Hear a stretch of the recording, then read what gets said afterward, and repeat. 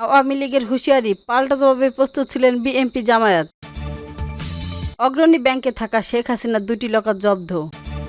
Doctor ইউনূসের সরকার প্রধান হওয়া নিয়ে আদালতে জেরার মুখে যা বললেন নাহিদ।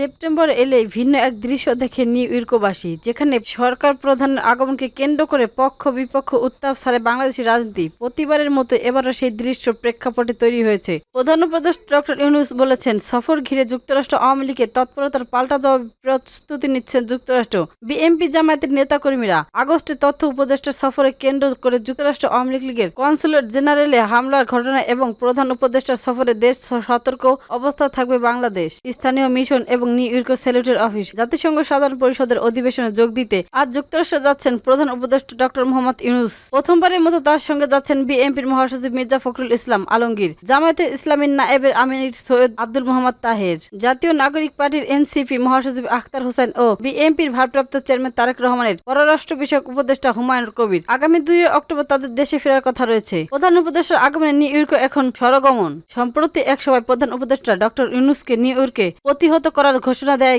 যুক্তরাষ্ট্রের আওয়ামী লীগের পক্ষ থেকে। সভাপতি সিদ্দিকুর রহমান এবং সংগঠনের যুক্তরাষ্ট্র শাখার নেতাকর্মীদের ভয়ঙ্কর রূপ দেখানো হবে বলে প্রত্যাশা হুমকি দিয়েছেন। যুক্তরাষ্ট্র আওয়ামী লীগের সভাপতি ডক্টর সিদ্দিকুর রহমান মানবজমিনকে জানান, 22 তারিখে জেএফ বিমানবন্দরে এবং 26শে সেপ্টেম্বর জাতিসংঘের সামনে তারা কর্মসূচি পালন করবেন। এছাড়াও কনসুলেশন হামলার ঘটনা আওয়ামী লীগের কোনো নেতাকর্মী গ্রেপ্তার হয়নি বলে দাবি করেন তিনি। তবে প্রধান উপদেষ্টার সঙ্গে বিএনপি জামায়াত এনসিপি নেতারা আসা এবার পাল্টা প্রস্তুতি নিচ্ছে অপরপক্ষ। বিএনপি দলীয় নেতাকর্মীদের মহাসচিব মির্জা ফখরুল ইসলাম সহ প্রধান উপদেষ্টা এবং প্রতিনিধি দলকে স্বাগত জানাচ্ছে। ইতিমধ্যে বিভিন্ন স্থানে সভা করছেন, করণীয় সম্পর্কে কর্মীদের অবহিত করেছেন নেতারা। অন্যদিকে জামায়াত ইসলামী দলীয় সংবিধান অনুষ্ঠিত রাষ্ট্র ও শাখা থাকলেও বিএনপি নামে ঐক্যবদ্ধ আছেন দলের কর্মীরা। তারা সাধারণ প্রবাসীদের ব্যানারে জামায়াতে ইসলামের নায়েবের আমির সৈয়দ আব্দুল মোহাম্মদ তাহের সহ প্রধান উপদেষ্টা এবং প্রতিনিধি দলকে স্বাগত জানিয়ে প্রস্তুত রয়েছে বলে জানা গেছে। ফলে জাতিসংঘ ও প্রধান উপদেষ্টা সহ প্রতিনিধি দলকে আগমন এবং ভাষণের দিনে নিউ ইয়র্কে পক্ষে বিপক্ষে উত্তপ্ত পরিস্থিতি বিরাজ করতে পারে বলে আশঙ্কা প্রকাশ করেছেন অনেকে।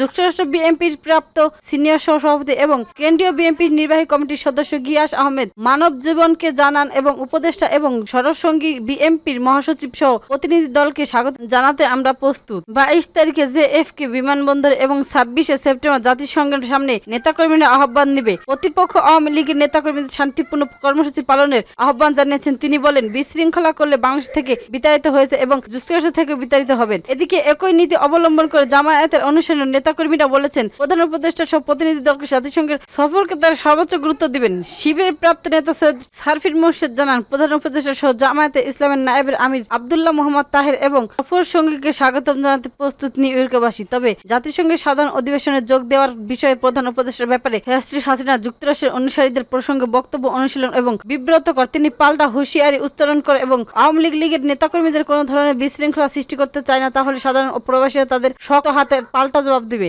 এদিকে নিউ ইয়র্কের একটি হোটেলে 27শে সেপ্টেম্বর প্রধান উপদেষ্টা সফর সঙ্গীদের সঙ্গে এনআরবি কানেক্ট ডক্টর ব্যানারের প্রবাসীদের মত বিনিময় সভা অনুষ্ঠিত হবে বলে জানা গেছে।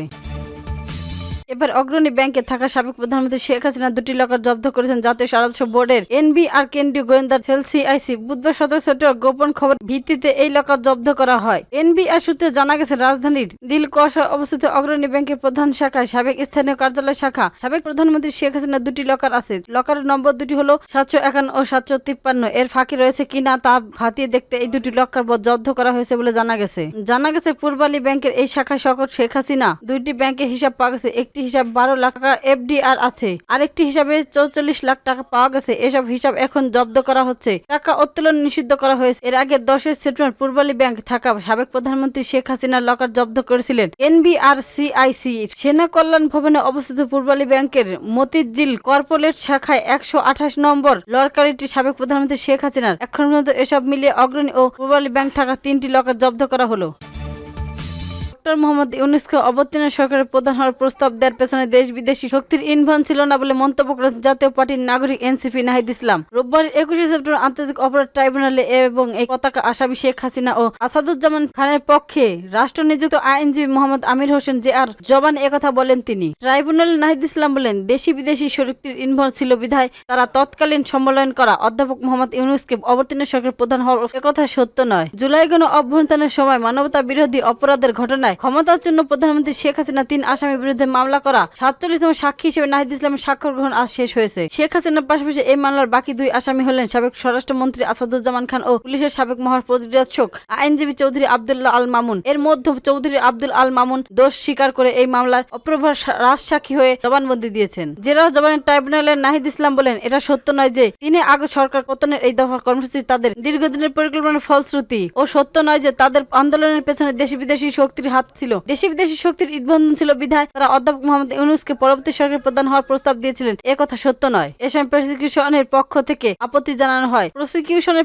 প্রসিকিউটর মোহাম্মদ মিজানুর রহমান বলেন, সরকারের পরিবর্তে কোনো চ্যালেঞ্জ করা যাবে না বলে ট্রাইব্যুনাল বলেন এর সঙ্গে একটা প্রাসঙ্গিক। পরে জেলার জবানে নাহিদ ইসলাম আরো বলেন, এটা সত্য নয় যে শেখ হাসিনা 5 আগস্ট পদত্যাগ করে নাই। এটাও সত্য নয় যে শেখ হাসিনা বাধ্য হয়ে ভারতে চলে যায় নাই। এর আগে জবানবন্দিতে নাহিদ ইসলাম বলেছেন, পূর্ব প্রস্তুতি হিসেবে তারা নতুন সরকার গঠনের জন্য অধ্যাপক ডক্টর ইউনূসের সঙ্গে আলোচনা করেছিলেন। গত বছরের 5 আগস্ট সরকার পতনের আগে তারা তাকে নতুন সরকার প্রধান দায়িত্ব পালনের প্রস্তাব দিয়েছিলেন। প্রসঙ্গে ছাত্র জনতার অভ্যন্তরের মুখে গত বছরের 5 আগস্ট পদত্যাগ করে ভারতের পালিয়ে যান তৎকালীন প্রধানমন্ত্রী শেখ হাসিনা। এরপর 8 আগস্ট ডক্টর ইউনূসের সঙ্গে নেতৃত্বে অবতীর্ণ সরকার গঠিত হয়।